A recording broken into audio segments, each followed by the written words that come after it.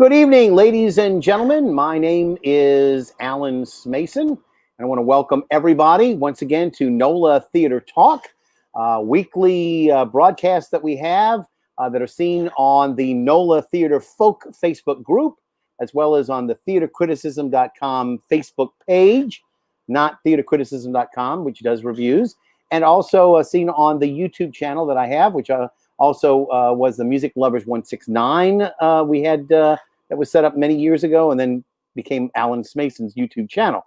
So again, those of you out there who are in the know that I always have people from all walks of theater, actresses, directors. Occasionally we have a couple of performances that are done, productions that it's been my pleasure to help present. Tonight is a little bit of a deviation. Tonight we are having the first, what I would say is cabaret performer, although he is somebody who probably should be enshrined in some film or possibly on stage. Yes, the next one out of town, I'm sure somebody will say. But again, we're delighted tonight to have none other than the New Orleans Prince of Piano, Mr. Phil Melancon. Hello, everybody out there in podcast land. Phil, again, as I said, you're the first person who is not a strictly theater person, although you come from a theater background. You've experienced a lot of theater in your life in many ways. Yeah. And I'm asking people if they want to leave a question or a comment to go to StreamYard.com/Facebook and leave a message. So I'm going to start off talking to you about what you do. And for those of you who have been privileged to have seen Phil before and not quite sure if you remember, for many years, Phil was, I would say, enshrined, at the Pontchartrain Hotel. Still got the tattoo of the grotto. Right? Yes. So again, because of my relationship to the Pontchartrain Hotel, my family's drugstore was right next door. The record shop was right next door. I mean, I always used to frequent there, so I always used to see you in and around, the area down there. And again, this was the not the Silver Whistle, but it was the bar that was the Bayou Bar. The Bayou Bar, right? Yeah. So I guess anybody not remember you from that would have a little bit of a hard time remembering anywhere else. But you're all over town. You've been blessing a lot of places with your presence, right? Oh yeah, I'm like a Bedouin now, man. It's I'm all over. And presently, we're going to go over that. Presently, you can be seen at the Britannia Theater, and we'll talk about that at Canal Place, and also at Superior Seafood on St. Charles Avenue. But we'll talk about that a little bit later on and promote those for you. But let me go back a little bit. Melancon, obviously a name that is not foreign to New Orleans. We like rap. So Boudreaux, Melancon, a little bit of that background. So tell me a little bit about your family. How long has your family been in the area? I don't know about those sorts of things, Alan. My mother's family were German Jews down here, and the Hyman family, and yeah, they're wonderful. They lived right there, basically by the Sunbeam Bakery, by Xavier. And my grandparents did, I should say that, and then we did. My father's family, the Melancons, they're from Thibodeau. Ah, interesting. And when they when times got tough, they moved to the city, and my grandfather, eventually opened up a little bar, and it's been a gamble. It's been a high wire act since then. Now, where was the bar? What area of the city? It was right there, Washington and Broad. Geez, so that's right. That's right. Yeah, that's right in the same area that you were talking about earlier. Yeah. So. Oh yeah, they're all in the same area. Yeah, we call it the Tivoli Theater, but Tivoli, if you are high class, Yeah, I actually remember being at the Tivoli Theater, and because I went there with my housekeeper, my maid at the time. When I was a very little boy, I got brought upstairs. You know what the upstairs was, right? No, I do not. It was segregated. Oh yeah, well yeah. So the upstairs was for the people of color, Yeah. and the downstairs was Amazing, yeah. segregated for just the whites. So Right. I used to go up with my maid upstairs, Oh, and oh, I used to watch some of the show. huh? That's a long time ago. I mean, I was a very young child then, and Man, thankfully those days are over. the same thing happened to me, man. Yes. I have to ask, were you always funny? Were you always able to come up with funny lines and one-liners and things like that? No, only after like noon. only during that time of day. So I'm going to bring up the name, and next Monday night, by the way, we're going to have Harry Marone on, and you had mentioned that you and he have had common paths that you've shared. But one of the common paths that you share, the past history, is with a fellow who some of us might recall, and some of us who are very young might recall him from other ways. But he was also a prince of the piano, and that was Sam Adams, right? Prince of Parody. That's right. He was referred to as that. And Sam. Yeah, he had that long-running show. Nobody Likes a Smartass. Right. Well, now also. Wasn't Billie Holiday, not the Billie Holiday Lady Day Billie Holiday, the New Orleans actor Billie Holiday involved with that as well? Yeah. What? The guy with all the traffic tickets. Yeah. I mean, you see, he had like a gazillion traffic. Right. He took the wipers off of his windshield. He was a kick, man. He was a real, and you know what? Tragically died. Very, very young, heart attack, right? Like all those guys, except for Sam, they died early, and Tell me a little bit about Sam first before I want to go into some of the other things. Yeah. Tell me how you all met, what he did, how he mentored you. Well, I didn't meet him too late in life, but Sam, I believe, was born in Georgia. I know his family was from that area, and he moves here and he gets a degree in biology from Emory. But of course, he never wants to practice any kind of biological things, at least not in a research lab.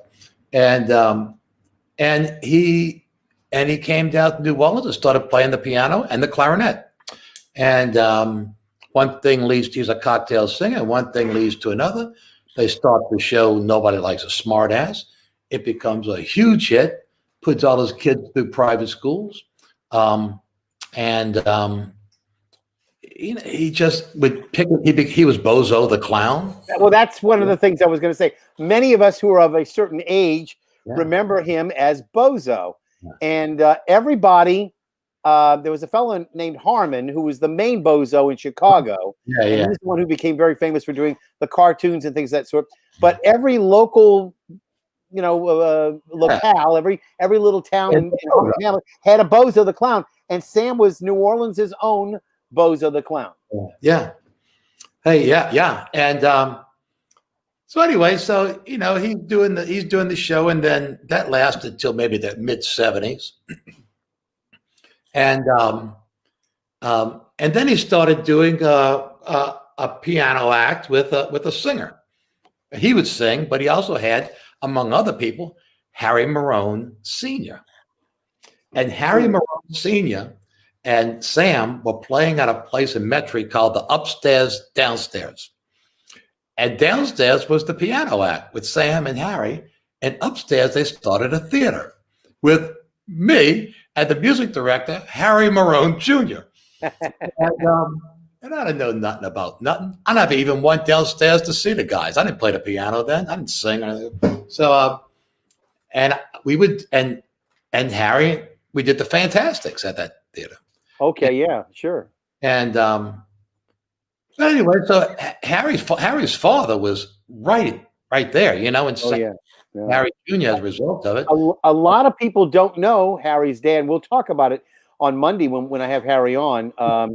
We're looking to have him on, and then the following week I hope to have on some people to talk a little bit about mental health. We've all been through some very trying times, not only because of COVID, but because of all what's been going on in Washington.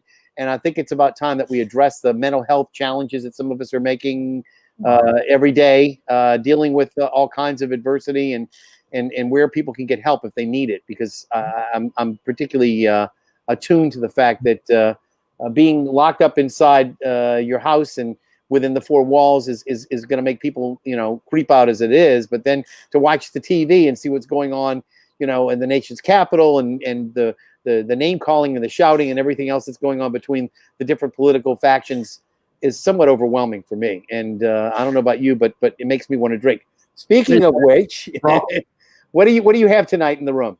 Well, I put together a Scotch and soda with a little twist, but I put it in my Pontchartrain coffee cup because this was my retirement package. Very nice, huh? Really? They gave you a cup and a swift kick, huh? They gave it a toothpick. But yeah, you're right. I had to steal the cup. Yeah, that's okay. Well, I actually made what they call a Trilby cocktail. Now, I don't know if you know what a Trilby is. Do you know what a Trilby is? I tell you what. Everybody thinks that I wear fedoras. Oh. Okay, but a Trilby is a fedora with a very short brim. And if you remember the Maltese Falcon, a Trilby was the name of the weapon that they used that killed Miles Archer. And that was, I don't want to spoil it for anybody if they didn't see the Maltese Falcon, but anyway, it was a British weapon. But Trilby is the name of the hat with the short brim. It looks like a fedora. If you call it a fedora, I'll let you get away with it. But a Trilby is actually, Sinatra wore Trilbys a lot. What about, I don't want to cut this too thin, but what about a pork pie hat? That's a little bit different. Yeah, it's the same, I think. Right, but the brim goes all the way around. With a Trilby, the brim is only in the front, and it looks like a fedora. Okay, so the brim is not. It's a little bit different. The brim comes down, and with a pork pie hat, it stays up, kind of. In any event, so I'm having a Trilby cocktail, which is, and so for people who don't know, and you can tell me exactly. You said Scotch and soda, so I'm assuming any particular type of Scotch, or I usually drink Dewar's. Okay, so it's Dewar's and a little bit of what? I have some Perrier today. Perrier, okay. So Scotch and soda with a little twist, you said, right? I would assume that's a twist of lemon? No, it's a Belgian drink. All right. And this is, as I said, I use a little 101 Wild Turkey, 1.5 ounces, and then a 1/2 ounce of sweet vermouth. And I put in 3 dashes of orange bitters, which were Angostura orange bitters as opposed to the regular Angostura bitters. So, cheers. Hopefully that'll be up to our enjoyment. So, I wanted to talk to you a little bit about what the point you made was that you had not played piano back at the Upstairs Downstairs or whatever the name of the place was, the club. So tell me what possessed you to learn piano at a, I would say, advanced stage, because you were in your 20s or 30s? I don't really know. I could strum a guitar, I could play Blowing in the Wind, stuff like that. And but it just I just thought I'd be interested in it. And so I bought at a certain point, I bought a piano and banged on it for 12 years and said, okay, I think I got it. And so now, do you play by ear? Is that the way to describe what you do? Yeah, literally by ear, because only one ear, because I can't hear out of this one anymore all of a sudden. Really? All clogged up. I don't know what it is.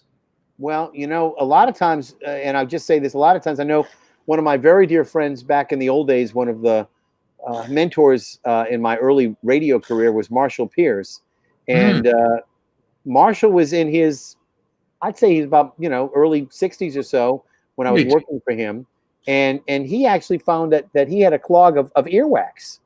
So I don't know whether my mother also has had some difficulties with that. I don't want to go into all of her history, but apparently what happens is if the earwax isn't removed, it hardens and it becomes an impediment for you to be able to hear. So I'm just going to say, check that out if you're having problems. But if it's an actual physical problem with the the eardrum or whatever, I would definitely go check that out.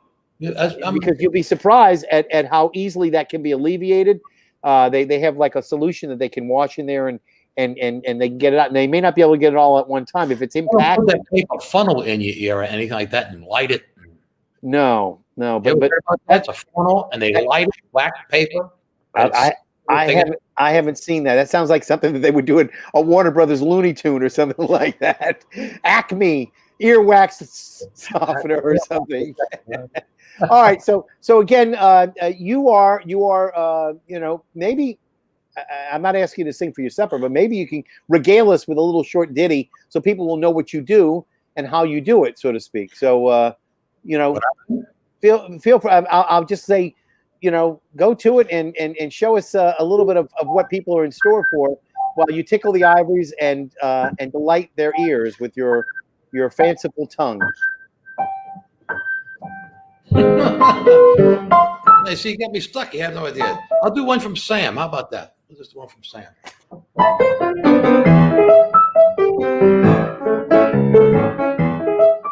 Well, I tried to take a left on that 2-lane avenue. Ended up around Norco. I tried 6 times, but the traffic fines interrupted my cash flow. From the CBD on out to Metri, a left turn just had to be. Tried to take a left on that 2-lane avenue, and I passed up Kenna easily.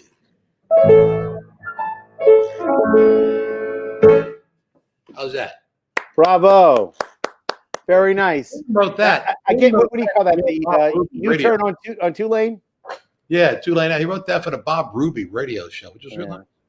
I think Ricky Graham has a similar song about you can't make a left turn on 2-lane. You know what? Oh yeah. I tell you what, Ricky's act. I mean, as brilliant as Ricky is, Ricky's act is right in perfect line with what Sam and Billie Holiday were doing. Yeah. Like that's the direct link. I would say, and again, I know I'm not doing this. I'm not getting paid. I would say that Ricky actually steps it up an even notch bigger because Ricky knows theater. I've been trying to get him on the show. He won't come on, and that's his privilege. But I've asked him repeatedly because you will not find a bigger Ricky Graham fan in New Orleans other than me. Whether he's working with Varla, whether he's working by himself, whether he's working with Sean or any of the other people, Mandy and you name it. If he's doing something with Becky Allen, I love him, and I've known him a long time, and he knows that I have never spoken ill of him in any way. So I don't know why he doesn't want to come on, but it's okay. But look, there's a reason to come on and kind of. You know what? If he anytime he calls me, anytime he texts me, anytime he emails me, he is more than welcome to do a show with me, and I'll be happy. I'll even extend it. I'll even do a second show if he wants. I've never offered that to anybody. Tell him to come on the air, or you're going to step on his other foot. Yeah, well, like I said, I want people to come because they want to come, and I don't want to ever force anybody to do something they don't want to do, that are going to feel uncomfortable. But I've never been, the type of person who would ever ambush somebody or make them feel uncomfortable. This show is intended to be, something that helps outreach for people to connect to one another. And again, as I say, I'm never going to say anything bad about Ricky. I just really would love it if he would come on. And I think that as I was saying, what he does is he steps it up another level. I mean, because he's, when you're playing your songs, you're kind of stuck behind the piano. You can't go out and dance. There's no real choreography other than that which you can manifest in your hands. You have to up and down on your. So, but Ricky's able to do so much and to incorporate so many other talented people in the work that he has. And his works have been published. He's a published playwright. Scrooge and Rouge is just one example of some of the great stuff he's done. I mean, I can go back to the old days when it was the Black and White Blues, which is now known as Waiting Around, which Harry Marone Jr. has now been basically shepherding. But that was a Ricky Graham project for the get-go. So I can only tell you that I love Ricky. I would love to have him on. And one of these days, when and if he feels up to it, he will be, warmly welcome. But in the meantime, talking about you, get him out. Where do you come up with your inspiration from? I mean, do you get it from reading headlines, or to do the songs, the ditties that you do, or is it just something that you comment on things naturally like that? I mean, obviously when I was younger and I was just writing a lot, I was just pick them out of everywhere. Now, I don't say it's always the case, but almost always the case. People give me a specific topic they want me to write on, and I write on that issue. Whether I'm doing a show and I need a song for this, or I'm whatever. People call me up and say I need a song for this particular occasion or this particular subject, and I put it together around that usually now. Because you can write. No. Yeah, but do they usually want it to be funny, and that's summoning forth comedy is not easy. Like they say, comedy is hard. Sometimes, and sometimes it sits flat, and sometimes it hits. And the people are pretty forgiving on these matters. It flies by them so quick. Again. If I may, I wanted to throw out a couple of images, just to start off. First off, this is you from, like you said, when your teenager years. Now, where was that taken? That's at Le Pavillon. Le Pavillon. Yeah. Very nice. And what was the occasion? Was that a particular show you were doing, or series of shows, or? That was a Johnny Ray show I was doing. Uh-huh. Hey, sweetheart sends a letter of goodbye. So Johnny Ray, right? Johnny Ray? Yeah. Just walking in the rain. Johnny Ray, the only that I know of, still the only person to be a recording artist who had hearing aids. He had hearing aids, sure did. Yeah, at a young age. Yeah, so right. He sure did. But that was his biggest hit. White Cloud, and then he was in There's No Business Like Show Business. Remember, he was in that number with Ethel Merman. You talking about? Right. Ethel Merman and Marilyn Monroe. Yeah. I do remember that. Tell me a little bit about the some of your recordings. I mean, this is one of them, correct?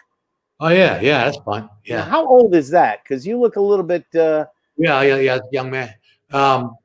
Well, I would say they're probably about 45, something like 42, something like that, 45. And I tell you what, it came out of. I was that cover was Kerry McCafferty, with the obituary cocktails and all this stuff. And occurred to friend, and I was hired to write songs for Popeye and Pals with my old friend Matt Burrell. I remember Matt. Yeah. Now there was a young lady who just passed away though that was associated with that show that I remember reading about too, who Jennifer? was on. Yes. Really? Just passed away a few days ago. Yeah. Oh, not that long ago. Isn't that terrible? Yeah. I'm sorry to be the person to inform you, but yeah. I haven't been in touch with all these years, but I certainly remember her. Yeah. So, but tell me a little bit about Popeye and Pals. I mean, I remember back in the old days when Henry Dupuis did it, roll on. We met him once. Yeah. Well, by the time I got involved with it, matter of fact, I didn't play the piano then, and I played guitar, and I was still learning the piano, and I made the transition basically on the air, over the 2 years I did it maybe, and every week they would show up and they'd say, "Hey, we need a song about whatever, washing a dog, sparklers, dinosaurs, you pick it, whatever it was," and I'd write a song that week for that thing, and I'd do it. I got the job because they were showing a bit where the SPCA was going to show how to wash a dog, and you put the dog in a little dog in a tub and you wash him. And Matt Burrell would then say, "Yeah, my problem is I don't have a dog, I have a pet cow." And they made a video of a cow going through a car wash. All right. And of course, it's not true, but that's what it looked like. The cow was going through the car wash. Well, we need some music for this.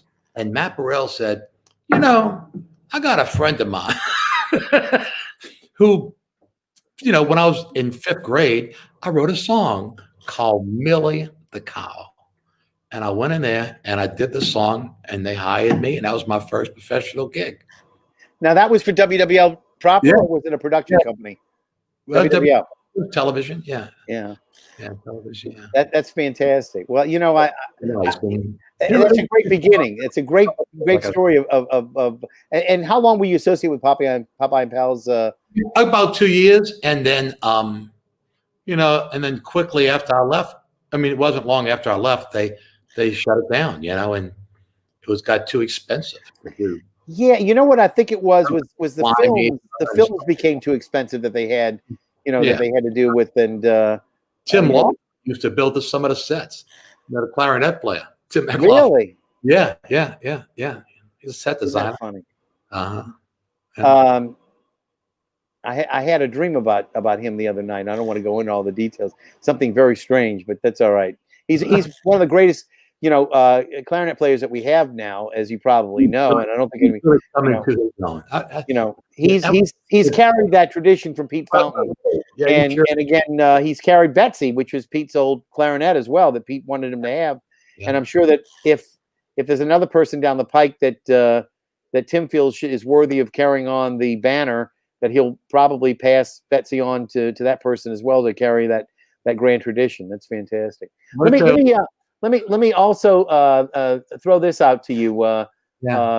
Do you remember back in 2013 you did a goodbye gathering with you maybe remember that's Rabbi Uri Topolovsky. Do you remember? I remember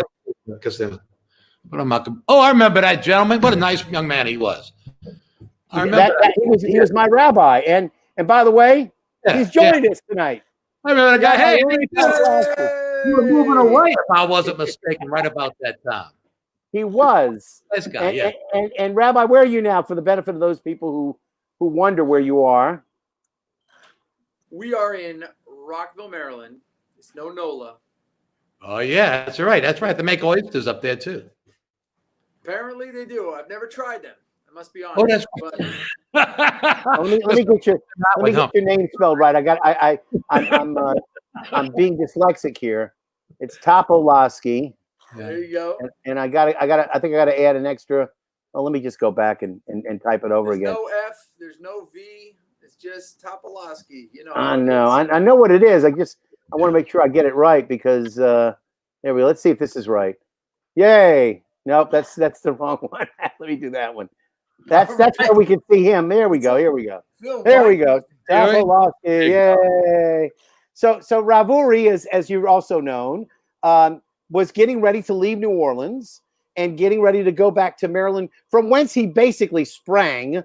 Wasn't it a school also, Uri? Yes. Rabbi, tell what school you're at now. So I am at the Berman Hebrew Academy in Rockville, Maryland. And we have a synagogue that was somewhat of a startup project out of the school. And so we built a community here. We now have about 70 families and always looking for good people. And whenever we can get our hands on a box of Cafe du Monde beignet mix, we make sure to fire it up and have a good time so we reconnect to our NOLA roots. And Rabbi, if you're noticing my tie tonight, it has a definite theme attached to it. I don't know if you can recognize the Go Houdat? The Houdat tie, yeah. So my question is, are you all still Houdats, or have you changed over to become I don't know, in that area, what would it be? The Ravens? Would it be the Ravens? Have you moved? No, we're in the Washington football team region. But you came close. No. Yeah, they came close, but no. Saints are a key part. Good. We enjoy watching them, and it's good. And again, New Orleans. Here's my backdrop right here. How about this? So right behind me is a recycled Mardi Gras bead lampshade with some bees hanging off of it too. Wow. But, like some yacht was working at the Tiffany factory. Yeah. We keep it real down here. It's good. That's wonderful. And the kids now are pretty grown because I keep watching your posts, but when you left, you had one that was pre-bar mitzvah, and I think his bar mitzvah is gone now. And are you working on your second or third bat mitzvah? We're up to the third. We got up two to the boys third. Down. My daughter Adi's bat mitzvah is coming up in about 2 months. So all things are good. Any of them dry? What was that? Anybody driving yet? Any of the kids driving? My oldest is driving every day, but not without a parent yet. But that will okay, happen. Good. That's about the last time you have control over them when they get that behind the wheel. That's about the last time you have an opportunity to say no, because I hear you. well, in any look, I really appreciate. I'm glad that Phil does remember that he's not that foggy, and you remember Phil playing some of his stuff too. Maybe he's got a little ditty to play to entertain us before you go. Metairie, like Cleary and Vets. We met at McDonald's with gastric regrets. Love had cast its spell from Bonnie Bell to Bissonnay. On Severn I learned it was a yearn for my beignet. Okay, how about that? Yeah. All right. Thank you. I had to play on my piano along with you, but it doesn't work over these internet platforms. Actually, it does. On this one, it's not such a bad thing. But I have to tell you that you are quite a spectacular guitarist. Rabbi Uri would probably challenge you, Phil, as good as a piano player as you are, because I know you play the guitar too. But he's a very good guitarist. Why don't you strum one for us, brother? Not to put you on the spot. That's okay. I understand. It's late. He's got the kids to take care of too. But look, Rabbi, I really want to thank you for being on the show, because it's a real great opportunity. And please, Dahlia, your wife, I hope that she's doing well. She's healthy. Everybody's good. Everybody's great. And by the way, the rabbi moved away with his the in-laws too, right? Didn't you have? My mother-in-law lived in New Orleans. Now she followed us here too. So I mean, whose mother-in-law follows them, right? Especially out of New Orleans. Yeah. Your mother's here to stay. Yeah. So anyway, please give everybody my love, and I thank you for being part of the show tonight. All right. Thank you. All right. Okay. And best wishes. Hopefully, a happy new secular year, and stay away from anything to do with politics right now. Where you are, you're in harm's way. So you just keep playing music and you forget all that. I understood. All right. Thank you so much, Rabbi. Okay, take care. All right. What a nice guy. Thanks for bringing him back. I thought you'd enjoy that. That was for your benefit. My gosh, he aged a day. He's young at heart. That's what it is. Just like you. We're all young at heart. We enjoy what we do. We're passionate, and it keeps us young and vibrant, I think. At least in my case. It helps, man. You're right. So I was getting ready to talk a little bit about what you've been doing. So first off, let's talk a little bit about what's been going on with Commander's Palace, because it will require a little bit of time for people if they're interested. So I got a call maybe about 2 months ago from Lally Brennan. She said, we're doing these wine and cheese parties and things. And I had heard about it because, of course, being on Stepping Out on every Friday, I hear about things from what's going on with Poppy. And she had talked about them having this, and they were hosting it. And I know that Harry Marone was one of them, but you've also been one of the personalities behind their wine and cheese thing. Now, I think it had started up with Tori McPhail, right? Is that right? He had started it? I think it started in March. And now and it was an opportunity to essentially have wine and cheese pairings, and they would hook you up with whatever the wine was and the cheese, and they would send it to your house. And then at a time to be determined on a particular day, you would click in to a Zoom call, and you would then open up your wine and have your cheese, and everybody would enjoy it together, and they'd talk a little bit about the wines, and talk a little bit about the cheese, and maybe have an opportunity to share, some breaking of bread, as it were. And they're continuing that. So tell me a little bit about how you got involved. Well, I met Kenny Myers, the GM.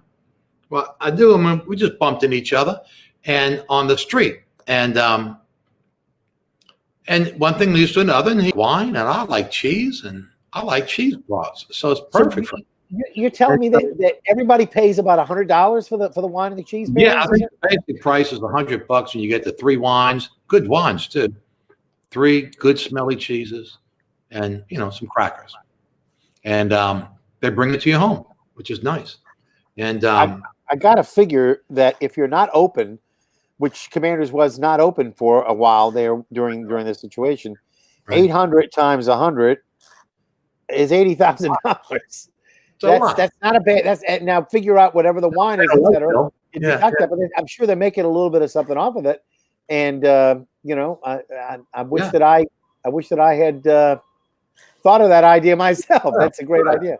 Yeah. But of course, I'm at Commander's Palace, so that's another story. But that's fantastic. Apparently they're very much into the virtual world now. They took over Ellen's house next door, and it's become their, I'll say, virtual headquarters. And wow. They're doing Ella Brennan's residence is now part of where they do their Zooms. That's amazing. Right. Wow. Right. That's fantastic. All right. So now if somebody wants to get any more information, I'm going to put this up. Commander's Palace virtual wine tasting Wednesdays, 6:30 p.m. That's the time. Now, today is already Monday. It may be too late to get it on. You may have to go pick up the wine if you're local. I don't know. No, they bring it to you the day of. Yeah, but if you live out of town, because there are some people who on the internet will watch this, so they would have to call tomorrow to see whether or not they can. What they do if you live, say, on the North Shore, they have a Langensteins over there, but they have other grocery stores around that they make a deal with, and so you might have to go to your local grocery, but they can deliver it because people are doing it all over the country. People are zooming in on this from Montana, so it's pretty interesting in that sense, That is amazing. Well, okay, so again, that's the first thing that we wanted to talk about because obviously T and Lally are carrying on that grand tradition at Commanders. I wanted in the worst way to be there for Thanksgiving. It's always been a tradition for my family to be at Commanders on Thanksgiving. And unfortunately, my mother's not in great health right now. And we could have maybe gotten her there or gotten food, from there over to her. The problem is she's also very allergic to stuff, and everything they prepared for Thanksgiving was either turkey, which she's allergic to, or seafood, which she's allergic to. And so, but I will say this: I kept it in the Brennan's family. We were not able to go to Commander's Palace, but we were able to go to Ralph Brennan's on the park, and so I kept it within the family. Of course, it's not the same thing as Commanders, but I felt like I was very fun. But and again, Palace is only spelled with one L, so I have to change my spelling again on that. But again, anybody who would like very much to avail themselves of that, please feel free to take it upon yourself to go check out Commander's Palace with one L. So again, and you can call 899-9221 for more information, and they'll answer the phone right now. Not much after 9 o'clock though, so I would say now's the time if you want to jot that number down, or call them first thing in the morning, and maybe you can get on the. Are you going to be on this Wednesday? This is part of your. They asked me to do it every Wednesday through the carnival season. So every week they have a new theme, but it's always about carnival for the next 6 weeks. So when you say they have a theme, so in other words, like they have a different kind of cheese that goes along with the theme? Yeah, it's like watching the Turner Classic Movies. You got the Francis Ford Coppola one or the John Waters water. And so they have a theme like this week it's pick a side, like neutral ground or sidewalk side.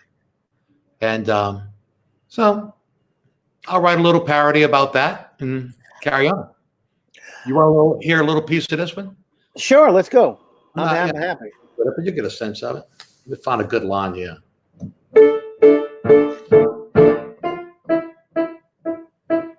When you're rolling your ladder to a parade, you gotta pick a side. Be it the banquet or the neutral ground, take the one less occupied. One's filled with 10-cent portalets, the other gnarly oak tree roots.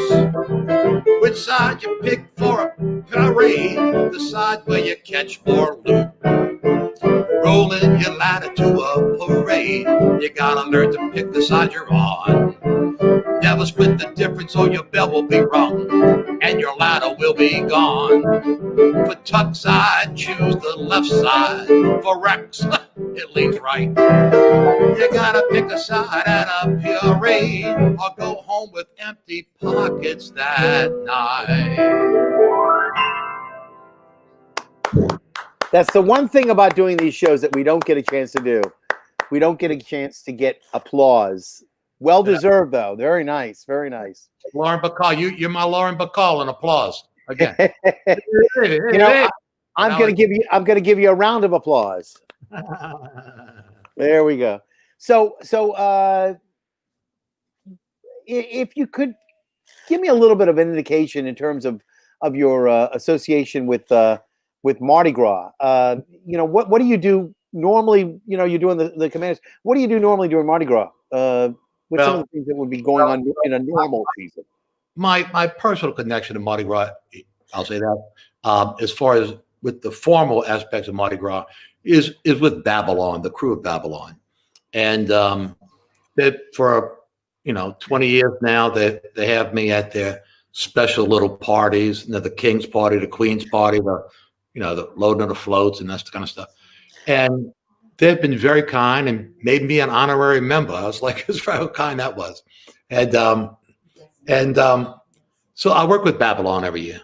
And then I write them a couple of these kind of parodies, like kind of on the spot when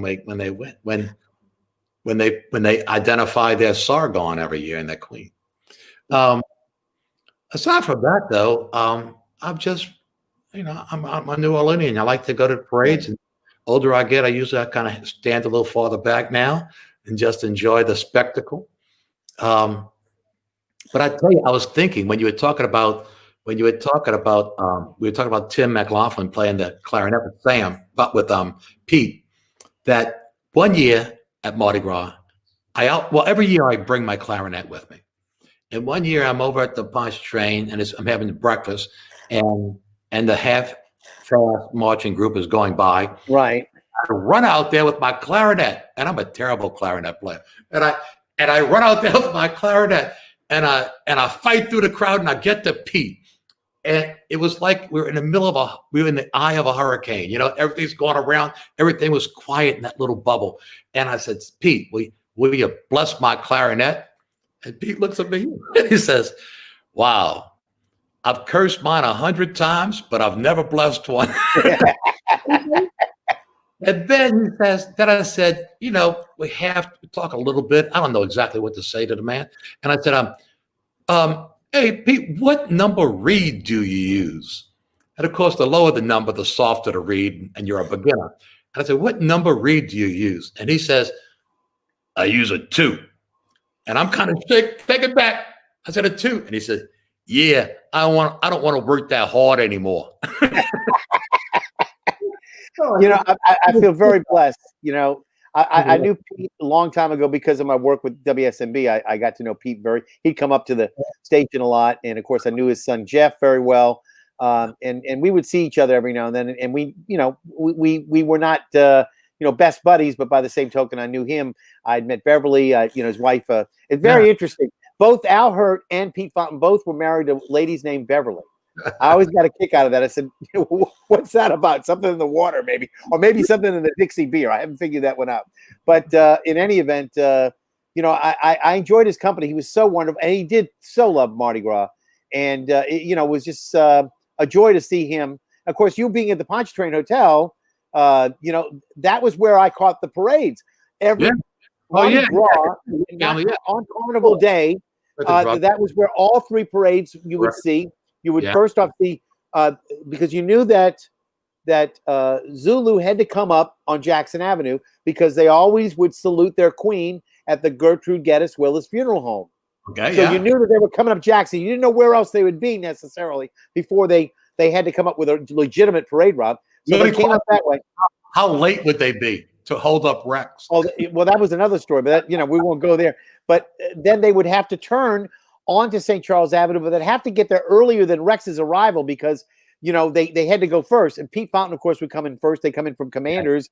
They go on the other side. But then Rex was on the other side, on the side of the Pontchartrain Hotel because of the salute to to the house that's now been burned down, the Elms Mansion, not the Elms Mansion, the Montgomery Mansion.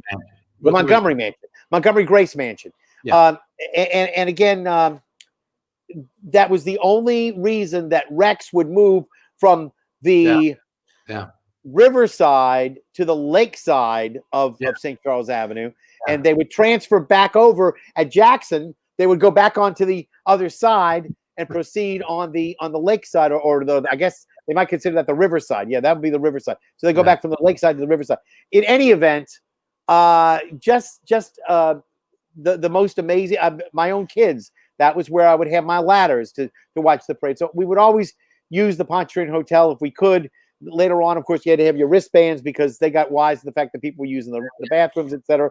But having the record store there, Smith's Records. Did you ever go to the record shop? I don't remember if you were or not. I assume that maybe everybody went there. I was out in Metairie by the time I was, Yeah. So most everybody, ended up over at Smith's Records, and again, I went there. I'm sure. Yeah. Well, most everybody went to go get their records, and if they were on the lakeside, they got their records there. But because we were there, we would see all the parades, and we'd have a convenient bathroom there and a place to have king cake or something like that if we wanted to share. Having a birthday on February the 28th, occasionally my birthday was on Mardi Gras, and then sometimes it was on the Sunday before, or a day of Saturday before. So, I actually had an opportunity to, enjoy the facilities over there and to see all the parades. So you'd see, as I said, Zulu, then you'd see Rex on the other side of the street, and then you would see all the truck parades. And that you continue this wonderful Mardi Gras tradition in some of the work you do. Yeah. Well, you mentioned Babylon. I write the script for the ball, and I narrate the ball, and I've been doing that for a number of years, and I'm very, very pleased. One of my old compadres at WSMB Radio, Richard Fay, his real name was Richard Celentano, one of my great friends and mentors. Richard used to be the narrator for the ball. He would not write the script as I do now, but he would read the script. He was the narrator, and I used to say, well, I'm the narrator for Venus. He says, okay, well, one of these days when you get up to, to do Babylon, I used to always say, gee, I wish I could do Babylon. And now I'm doing it, so I'm so happy and pleased that I'm able to offer whatever I can to make those scripts that meaningful. And the captain and the officers and the crew, will continue to have me, I hope, as long as I do a good job for them. Let's talk a little bit more about back again. You mentioned the fact that you're also playing piano now at Canal Place. Tell me a little about how that got started. When did that start? Yeah, that's been interesting. But the Britannia Theater bought the Canal Place theaters at a time when movie theaters were having trouble to begin with before the COVID. But they bought it. About a month ago, they opened up the theaters, and they have a concession stand when you go into the lobby of the theaters. And to the left of the concession stand, they have a bar. They have a little seating area there. So they decided, they thought it might be a nice idea just to make some noise, that they would have somebody make some noise. And they called me up and they asked if they got a piano, would I come play it? I said, sure, because I do a little work with the Britannia on other things, and I love to. And I want to tell you, Alan, I've just enjoyed it tremendously. And there might be, 4 to 6 people who come in, but almost to a person, they are interesting. I mean, it's just been fascinating. And now, I got to say, this last Friday, I was on Stepping Out. I talked to you, and you said, well, the COVID restrictions have gone into effect, and I'm not sure I'm going to be able to play. They maybe are not going to want me to play anymore. I got that feeling. And so I went with that. And sure enough, Peggy says, oh, so he's not going to play. I said, no, I'm pretty sure he's not going to play. And we went with that. And apparently I got it dead wrong. You did play. Well, and people were there despite my saying no. And so I apologize to all those people who took my word for what I thought was correct. And thank God that they were there instead of my prognostication that you weren't going to play. Don't count their blessings. I didn't sound good. But it's it's been fascinating, and it was as much my fault as anybody's. It wasn't no one's fault. It was just that we were in between information coming to us, and then the Britannia said first. They said let's close it down. Cool, I said. That's when I spoke to you, and then later on in the day they said, well, come on down and we'll see what happens. And so I went down, and after a few minutes of chatting with people, they said, well, they asked to play some songs, so I'm happy to do it. And it was very nice. It was very nice. And so again, it's Tuesday and Saturday nights at the Britannia Canal Place from 4 to 6 p.m. Now, do you have it all spread out to where people are not? They're like 6 or 7. Yeah. Nobody's going to top anybody. Yeah, you got. There's not many people. Do you take requests or do you just do your own thing? Sure, anything you want. I mean, if I know it, I'd be happy to do it. Sure, you got it. Do that. And and I joke people and I say it's happy hour for them. I tell them the gin and tonic is cheaper than the Diet Coke, which is kind of true, actually. Now, you also, besides Canal Place Theater, what used to be just the Canal Place Theater is now the Britannia Theater at Canal Place. Yeah. You're also doing a gig on Friday nights at Superior Seafood, right? Superior Seafood, yeah. Now tell me, that's a very crowded place, very noisy place. Yeah, it is. How do you get your sound out? Do people tell you to pipe down, or do they enjoy the spirit in which it's sent? No, they just take the microphone away from me and they make me play with one hand. And you're right. It is so loud in there. It is very loud. And they have those high ceilings, so you would think that it wouldn't be. Yeah. But it's that noise. It just carries, and it's just an amazing thing. But again, nice. They've been very good to me. I appreciate what they've been doing over the years.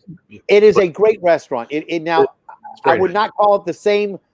The same status as like Commander's Palace or any of our great restaurants like Arno's and Antoine's. And it's not grand dining, but they do a really good job. And I know they do a very good barbecue shrimp, for instance, over there. People like not as good as Manali's, but very good.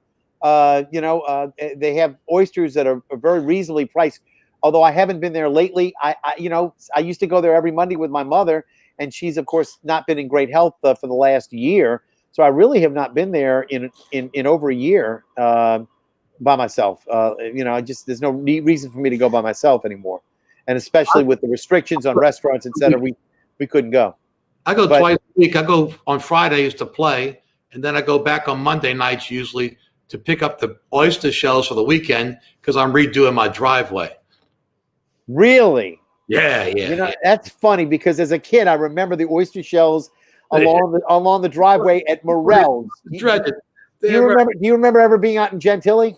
Oh yeah. Right by the racetrack, there's a place called Morel's, MOREL''S. Morel's.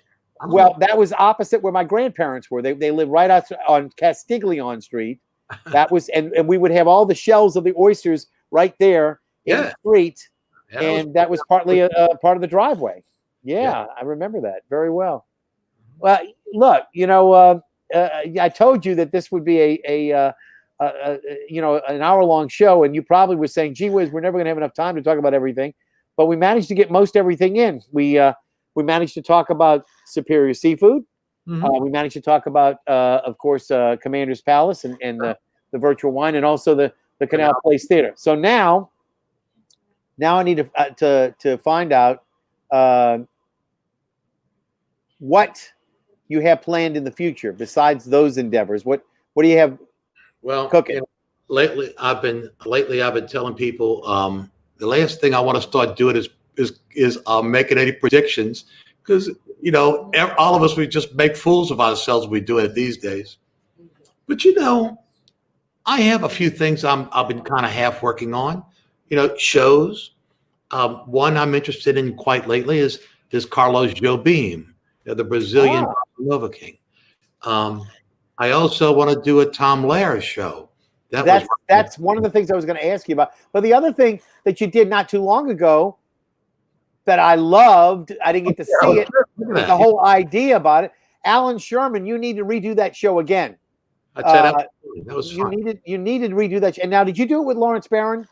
Yeah, we sure did. Lance Barron and my wife Heidi, and Hector Ventura, and of course the King Alden Hagedorn. Alden Hagedorn, yeah. Alden, of course, is a member of Toth, and very funny. I also, I'm affiliated with the crew of Toth, like I am writing the script for them as well, and announcing their parades from time to time at Gallier Hall. But I have to say that he's a very funny guy, and the one thing you want to do though is that I know he's associated with what is it, a Ameriprise or something like that. It's you want to be funny during the nighttime hours, but you don't want to be funny when you're messing with people's funds, and one of those finance companies. Yeah. But anyway, so again, if you do a Tom Lehrer show, that's one I want to see, because I think Tom Lehrer, who's now in his 90s, is probably one of the most brilliant satirists that we have still alive. Just fantastic. And anybody who doesn't know who Tom Lehrer is, it's Tom, you can spell, but Lehrer is Lehrer, like Jim Lehrer.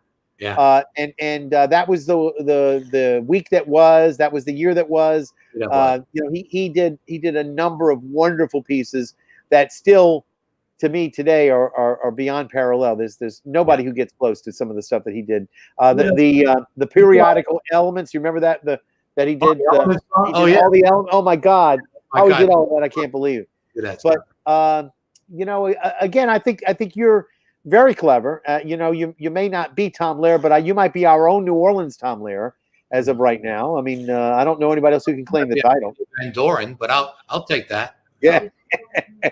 But again, it's a pleasure to have had you on tonight. I want to thank you for being here and sharing what you do. Again, we are going to have Adela Johnson on this Friday, and again, you know of Adela, and I showed you one of her pictures earlier. She has a film coming out later in the month, and we're going to talk about that. Some of her work here in New Orleans. She's a Big Easy award-winning actress and a film actor now, and she's a true New Orleanian. And I definitely want people to know about what she's up to, etc. And then next week on Monday, a week from tonight, we're going to have Harry Marone on, Harry Marone Jr., of course, because as Harry said, since his dad's no longer with us, sometimes he goes by Harry Marone, but he is indeed Harry Marone Jr. Oh, I have to aggravate him. He's going to be fun. Maybe he will be of a mind to regale us of some stories about you. So I want you to stick around for that. And again, I want to thank you for all that you do, and hopefully we'll get a chance to catch you either at the virtual wine and cheese party at Commander's through Zoom or whatever they're using. I assume it's a Zoom, or possibly at the Canal Place 4 to 6 every is it Tuesday and Saturday, and then on Friday nights at the Superior Seafood on St. Charles Avenue, right at Napoleon. And again, thank you for being our guest tonight, Phil Melanson. Again, a great job for you being here, and I want to thank you for making this a pleasure for me. And I'm going to ask you to stick around for just a little bit. I'm going to take you out of the loop right now and go ahead and remind everybody that this is NOLA Theater Talk. And again, I want to thank you for being with us tonight. Our guest has been the wonderful Phil Melanson. My name is Alan Smason. And again, those of you checking things out can find NOLA Theater Talk on 3 different locations. The NOLA Theater Folk Facebook group, which you can become a member of. And let me just insist that if you want to become a member, you get the announcements of these live streams given to you in advance. So you don't have to do anything. It'll give you an announcement from Facebook that these are going on, and you can choose to ignore it or choose to be a part of it. You can actually leave comments or questions during these broadcasts. Also, the theatercriticism.com Facebook page for those of you who are members of Facebook but don't want to be a member of any club that I belong to. I understand. And then, of course, those of you who don't want to be on Facebook at all, you can also check it out on YouTube, and that's the channel that you can do it on as well. You can become a subscriber to my channel or not. It's up to you. There's no recommendation or requirement. You just be a part of it. Check it out whenever you want to. And again, I want to thank Phil, for being our guest tonight. Again, my name is Alan Mason, and again, this has been NOLA Theater Talk. Thank you very much, and I will see you all at the theater.